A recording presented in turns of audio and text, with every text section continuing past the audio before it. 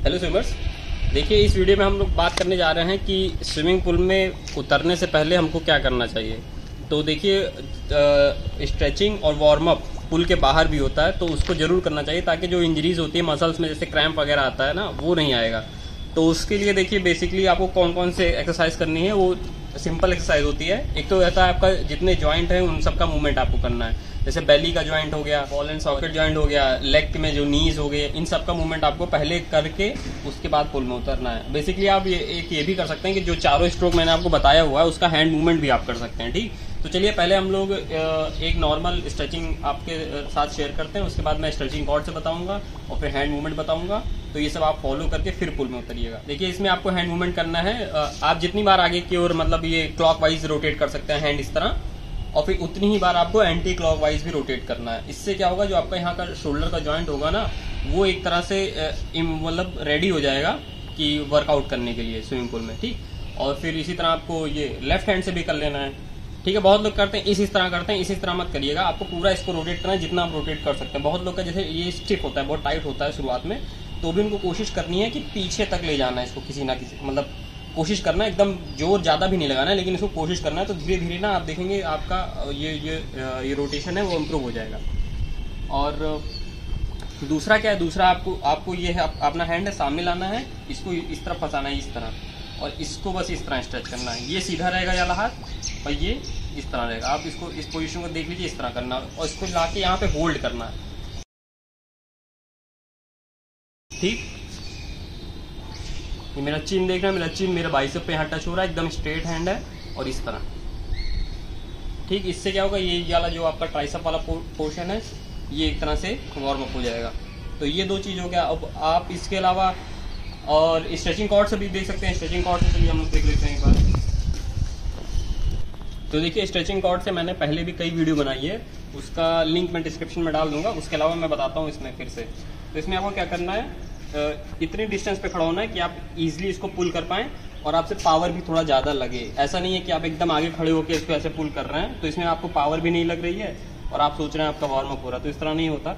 आपको थोड़ा इतनी डिस्टेंस पे आना है कि आपको टेंशन यहाँ पे मतलब वो आए, स्ट्रेस आए आपके हैंड पे, और फिर इसको पीछे की वजह से पुल करना है। ठीक है, आप इससे कई एक्सरसाइज कर सकते हैं। मैं अभी देखिए बेसिक बता रहा हूँ, उसको पहले आप इस तरह करिए, जितनी बार आप कर सकते हैं इसको करते रहिए। वो जब तक करिएगा जब तक आपको यहाँ पे प्रेशर एक तरह से जो शून्य होने लगता है, मतलब सुई की चुभन टाइप का होता है, जब वो आने लगे तो आप स्टॉप हो जाइए, फिर रुक के फिर दूसरी एक्सरसाइज करिए। दूसरी एक्सरसाइज में क्या कर सकते हैं आप, दूसरी एक्सरसाइज में आप कर सकते हैं अल्टरनेट कर सकते हैं। मतलब ये बेसिकली आप जैसे फ्री स्टाइल करते हैं, अल्टरनेट काम चलता है, उसी तरह का ये होता है।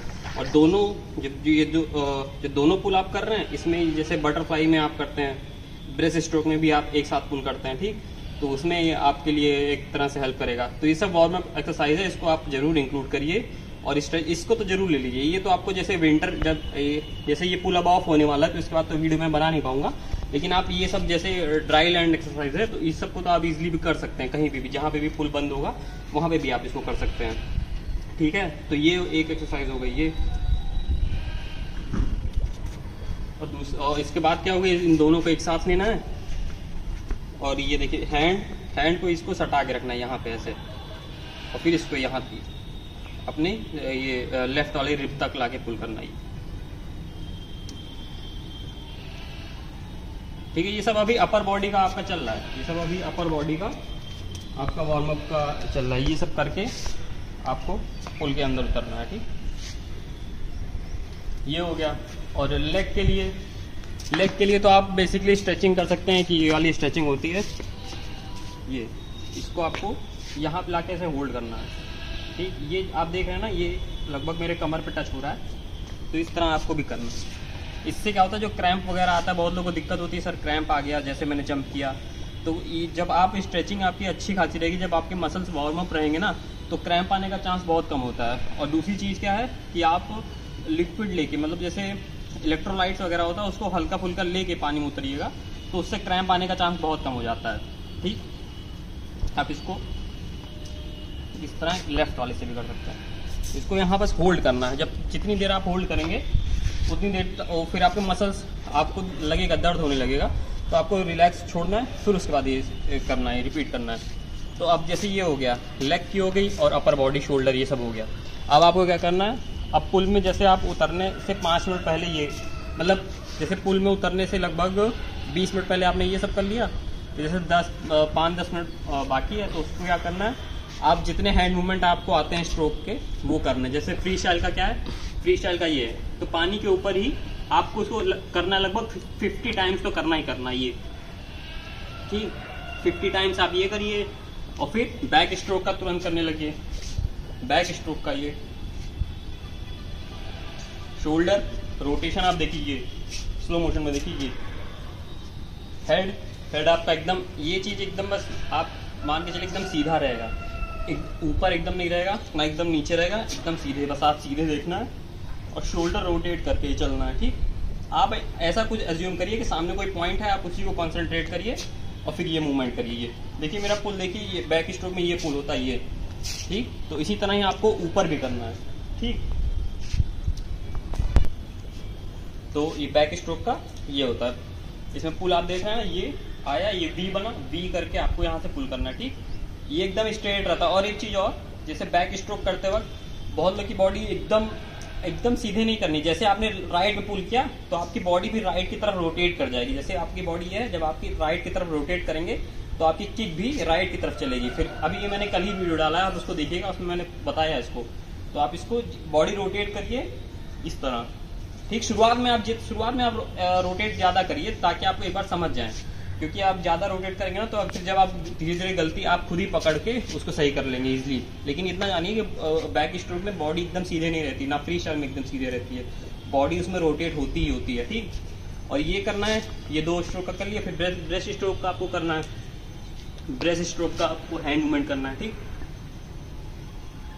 इस तरह ब्रेस्ट स्ट्रोक में मैंने क्या बताया था, हैंड पीछे नहीं जाएगा। बहुत लोग ये इस तरह करते हैं, ये मत करिएगा, बस आपने चेस्ट तक लाए, चेस्ट के पैरेलल हुआ, तुरंत ऊपर। जैसे ब्रेस्ट स्ट्रोक का हैंड क्या होता है, ये देखिए कर्व टाइप का होता है, ये जो है ना, ये शी टाइप का होता है।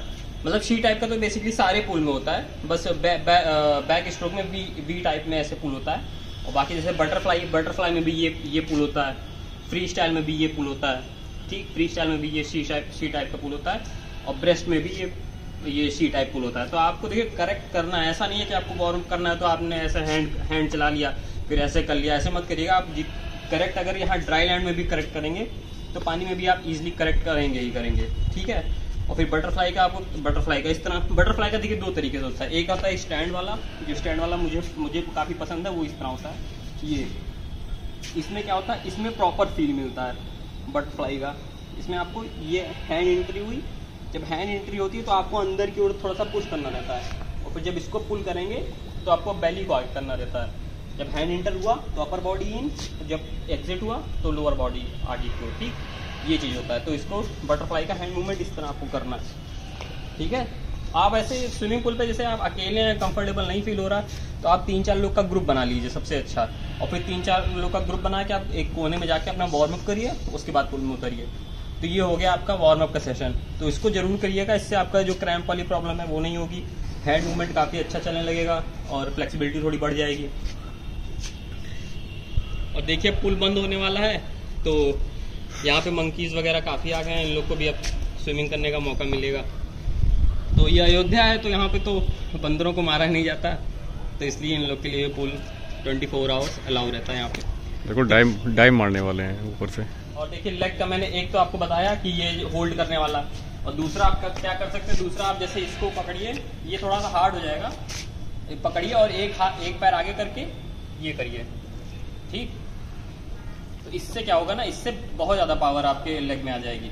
आप इसको लेफ्ट से किया, फिर इसी तरह राइट से करिए। इसका सपोर्ट लेते रहिएगा। बहुत लोग बिना इसके सपोर्ट के भी कर लेंगे, लेकिन शुरुआत में जैसे बिगिनर्स लोग देख रहे हैं तो उनको तो ये करना है, इसका सपोर्ट लीजिए और फिर ईजिली ऐसे बैठ के उठ जाइए, ठीक। ऐसे बैठिए, बैठ के ऐसे उठ जाइए, ठीक। इस तरह आप कर सकते हैं। ये 2 चीज़ हो गया।